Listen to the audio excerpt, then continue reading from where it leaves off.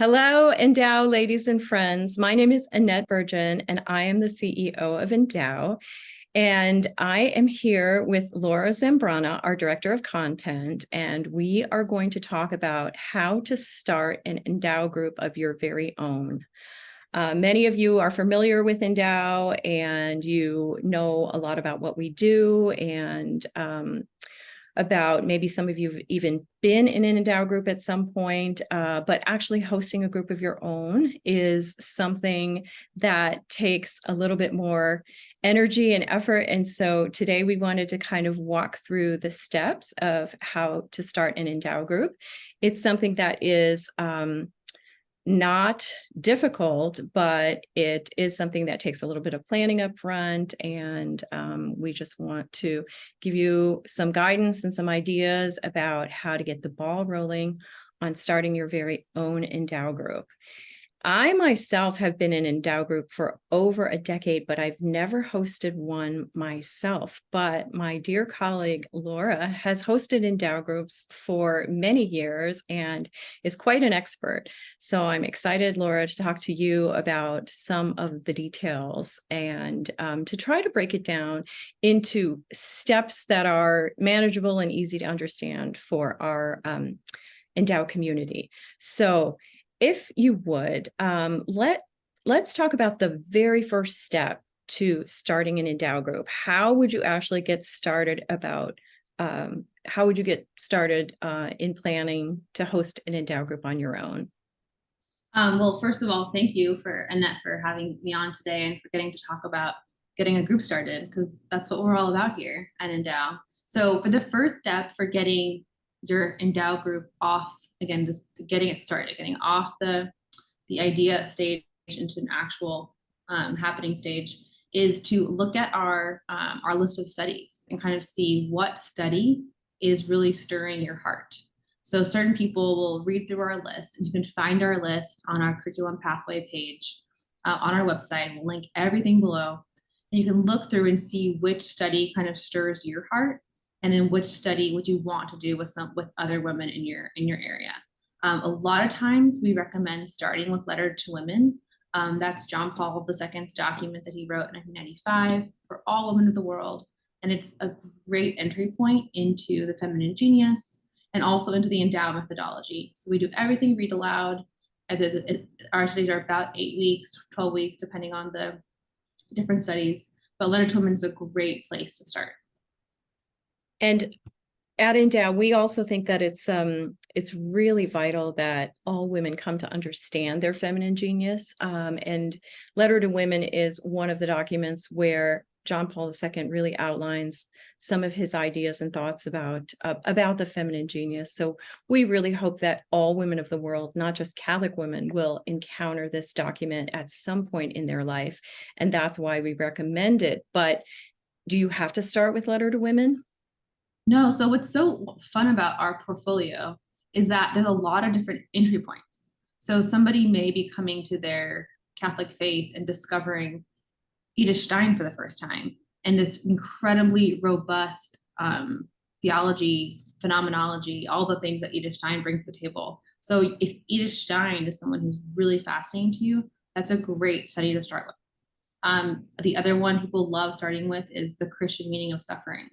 We all have suffering in our lives. All of things don't make sense with suffering. And that study is another wonderful entry point. So look at our list. There's several different categories that we'll look through in a second, but there's not a right way to do the program. It's one of those things where it's like, once you open up the book with your group of friends, you're going to be in the right place, doing the right thing. That's awesome. Yes, you did mention the categories of studies, and I personally find them to be really helpful in trying to discern what our group wants to study next. And could you those categories are? Yes. So our categories. All right. So we have the Genius of Women. And again, that unpacks all of the incredible rich resources that our Catholic faith has on women. Then we have philosophy and theology. So those studies are our Aquinas studies. They really break into the church's tradition of philosophy and theology. And it's a unique thing to the Catholic tradition that we have such a respect for the mind, that it's not just about like saying yes flippantly to God, but that God wants our whole heart and our whole mind. So here at Endow, we believe deeply in dignifying the intellect and giving it its proper due. The next category is the female saints and doctors of the church. So we have a study for each doctor, each female doctor of the church, and then we also have one study on all the doctors. That one's a very fun historical overview. The next category is the writings of John Paul II. And the next category is on love and relationships. Next category is on prayer and healing. And the last one is on history and the church. So these different categories are just a way to organize our curriculum so that you kind of know where your interest is and maybe where to start. That's awesome. Thank you for that very detailed explanation. And one thing that I really love on our website, if you're familiar with our website, great. And if not, I would highly recommend you check it out. It's endowgroups.org. And there is a page in our website that says choose your study, and it's our curriculum pathway. And it links to all of our individual studies. So for each study, we have what we like to call a study planning page. And it has all sorts of resources, a breakdown of what this study contains, the table of contents, as well as additional resources. And I like to go there to, actually, you can download a free copy of chapter 1 of the study. And that can be really helpful in helping to discern, is this the right next study for your group? So there are a lot of resources on our website to help you identify where you want to start. And if you have more questions, you can always email info@endowgroups.org. We'd love to help you discern what is the right path for you and for your group members. So let's say we've gone through and we've determined the next study that we want to do. We know where we want to go. What's the next step to starting an Endow group? And the next step is to start inviting women to join you. So this is the beauty of the Endow programs, that you're not alone in wanting to actually study your faith. So in our leadership guide, which you can get on our shop, we actually have a spot where you can brainstorm the women in your group. You don't need the leadership guide to brainstorm, but it's a nice form to use as well. It's wonderful to think kind of broadly about who is God putting on your heart to invite into your group. It may not be your typical group of friends, or it might be. It may not be just women from church, maybe women from the soccer moms, and maybe the friends that you see after mass at donuts, just like people in your life that are kind of coming, that are, as you're sitting there and brainstorming this list, who do you want to study with for the next 8 to 12 weeks? And then who do you think will be interested in it? So that's a wonderful way to kind of start out your list. So there's, within the Endow Group experience, again, there's no one right way. Like, you don't have to make a list. You could, but you also may think about making an announcement. I'm asking your parish priest if you can make an announcement after mass, put announcements in the bulletin. We have some sample emails and bulletin inserts in our those study guide planning pages as well. You can use Flocknote to kind of get the word out. So the ideal group size for Endow is about 8 to 10 women. Again, the ideal. We have groups that are meeting in not stadiums, but meeting in large lecture halls. And then we have Endow groups that are meeting over the phone, just 2 friends.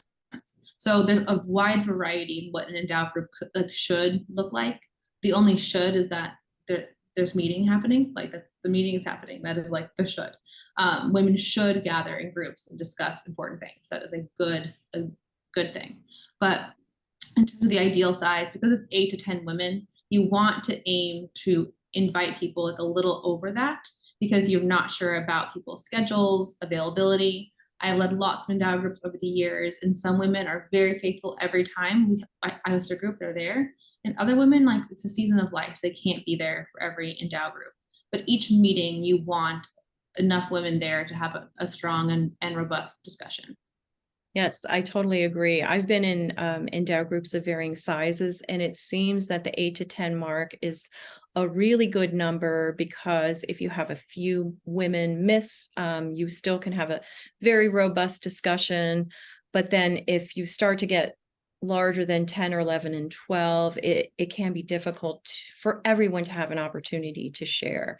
So Right. sometimes we've had groups at parishes that maybe have 50 women in them, but then they break into, let's say, subsets or table groups for the discussion portion of the Endow meeting, so that everyone has a chance to share if they want, to participate if they want. So that's why we make that recommendation of 8 to 10. But as Laura mentioned, we have seen very fruitful groups of 2 or 3 members up to very large groups. So Right. once again, it just depends on what makes sense for you and what works best for you. And yeah. We also have it's just an idea for that table after mass. We also have like the chapter ones are available. So you could even like print them out and have different options available just so women have an idea of like, what is this Endow thing and what am I getting involved in? It's wonderful, in my opinion, to advertise for Endow because there's no homework involved. So as you're telling women to join you, you're not asking them to read another book. You're not asking them to do extra reading on the side. You're literally just asking them to join you for those 2 hours a week that you're studying. So that's a really helpful thing as you're inviting women to join you because women are very busy, but women are also very amazing and we can make a lot of time for things that really matter to us. And I know very few women that have been frustrated by spending 2 hours with their friends discussing important things. So definitely as you're inviting women, like know that there is resistance to the time commitment, but all it is the time that you're actually opening up your book together and people come away deeply enriched. Absolutely. That's a great point because, yes, as women, I would say we are absolutely pressed for time, but we're also starved for community and real friendship, not, online social media, real interaction. So I think that making the commitment to be a part of an Endow group becomes easier over time because women understand the payoff that they're getting every week from these 2 hours together. So. All right, so we have decided what we want to study, and I have invited my friends, women from my parish, my children's mothers that I know through sports or school, and I have a group of women assembled. What is the next step to starting an Endow group? The next step is to choose a location. So where is your group going to meet?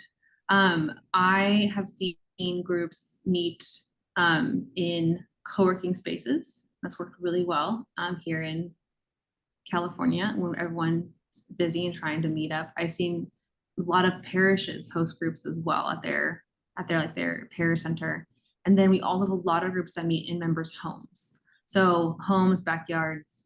And then we also have groups meeting in coffee shops and libraries. So groups are meeting wherever they can gather. And there's different benefits to different things. There's something very hospitable and homey about meeting in someone's home. There's also something wonderful about meeting in like a neutral location where everyone's kind of coming to it more just as they are, where they are. So there's not like, again, a wrong way to host or a wrong place to host. But it is really helpful to have that set up as you're imagining your study, the women in your group, and then where you'll be meeting. I've also heard groups rotating homes so that not one person has the burden of hosting the study and making sure that their house is ready for company. So that's another great, very ingenious Endow idea that's been used. Absolutely. My Endow group actually did that where we would rotate homes. And so that maybe once every 6 or 8 weeks, the Endow group would come to your home. And that was really lovely.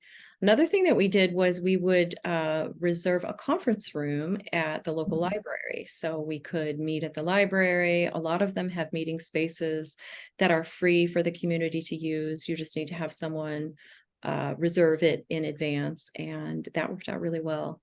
as well. So there's a lot of options and different ways to actually host an Endow group, and we just encourage all of you to do whatever makes the most sense and is the most convenient for the ladies in your group.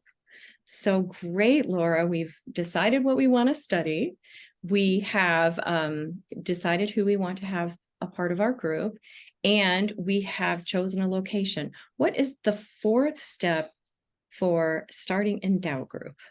All right, the fourth step is to choose your start date and time. So this is where it gets real. You got to put it on the calendar and make it a thing. So everybody's always like, yes, Endow, yes, study guides, friendship. But then when it comes down to putting it on your calendar, this is where the bravery and the courage and the fun all begin. So for the start date and time, it's a good idea to give your women at least 2 weeks to purchase their study guides. I say 2 weeks for multiple reasons. It's not just the shipping speed, but it's also just like women who are hesitant to purchase on this, they're just kind of like, they're just busy, lots going on. So it's polite, I think, to give people time to like purchase their study guides, not feel rushed at the last minute. So when I plan my groups, I usually give people 2 weeks notice, and I'll do nice little friendly reminder emails, like make sure you check out and, finish purchasing your study guide. It'll take, time to get to you. So go ahead and look at your calendar and figure out what method you want to use for going through the study guides. Some groups do like one meeting every 2 weeks, one once a month, a lot of different things.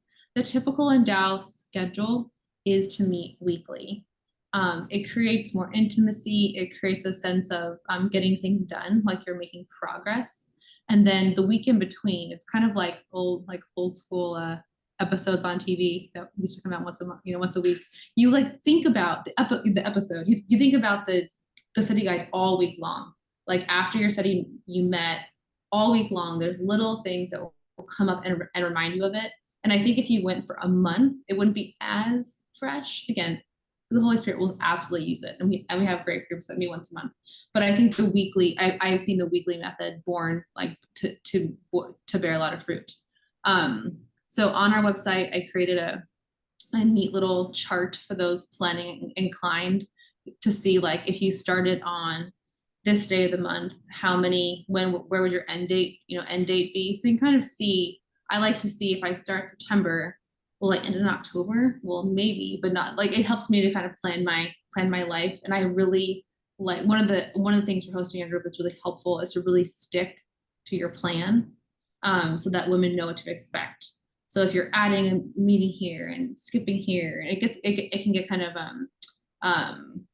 like a lot of different sidetrack things happening. So it's helpful to kind of, here are my 8 weeks. You can kind of give the women the dates up front, and then everybody can kind of like respect that time where they know like what's going to be happening.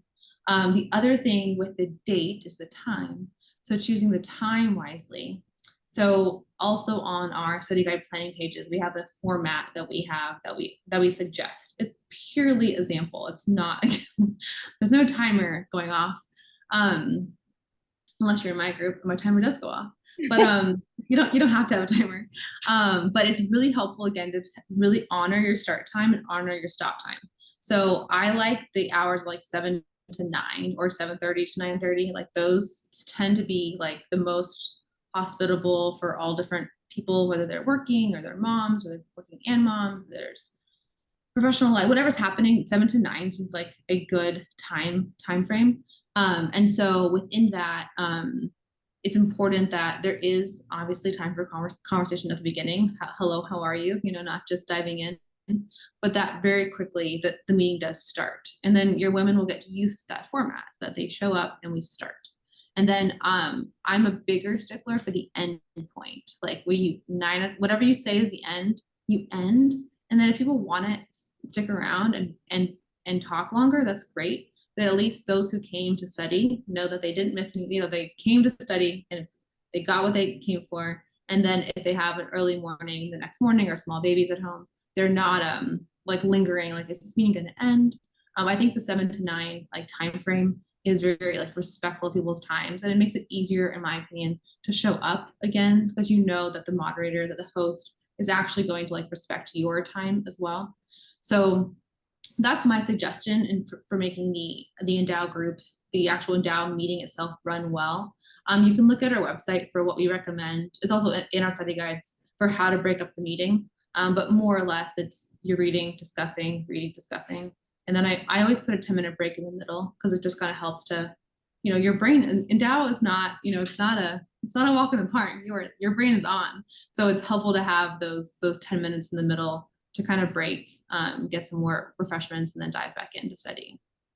That's awesome. I would agree that a 2-hour meeting, as you laid out, is probably the best. My Endow group always met during the day, and we usually started at 9:30 or 10. And my Endow group leader was always very intentional about saying that we are going to start at 9:30, and then we're going to actually dive into the document at a certain time. So that left time at the beginning for a little bit of socializing. But I think it's really important that you let people know that at this time, we're actually going to start reading, because your start time can flex a little bit if people realize, oh, well, it's just the first 20 minutes. So it's good to be intentional about when you start and when you finish. I also think that meeting weekly is the most fruitful. A lot of groups do every other week, and then it gets to be a little confusing. Is this Endow week or not? Whereas if you meet weekly, that hour or that 2 hours, that block is committed for the next 8 to 10 to 12 weeks. And but there have been lots of different models that work effectively. So we're just trying to share some of our experience and what we would recommend, but feel free to use your creativity to make this work for you and your group members. Now, you did mention refreshments. And that's a question that we sometimes have. Are refreshments a requirement? Are they optional? What would you recommend? I recommend using whatever you're good at. Like if you love putting together a beautiful spread of food for your friends, then do it. If that is not your favorite thing to do at the end of a long workday, then just make it a potluck. Say who wants to bring something for tonight. And I have been amazed. I've done a blend of both. And I've been amazed by people's incredible creativity that they bring, just different things people baked up because they felt like baking it for the group, or different drinks that people bring. I think it is like, I don't think it's definitely not a requirement. I think it does make the meeting festive and fun.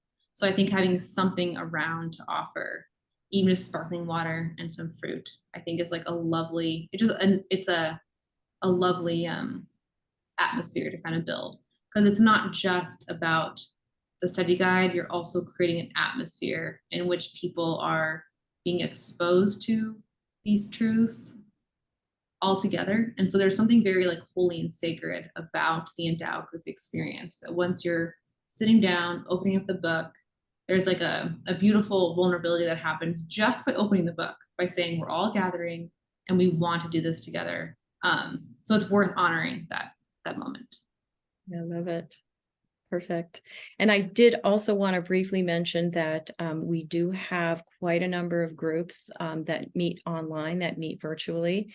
And a lot of what we have discussed applies to also planning a virtual group. But in that case, you would be meeting not face-to-face in person, but online. And actually on our website, we do have a listing of special tips if you decide that a virtual group makes the most sense for you, and especially for mothers with young children or women who have a varying schedule.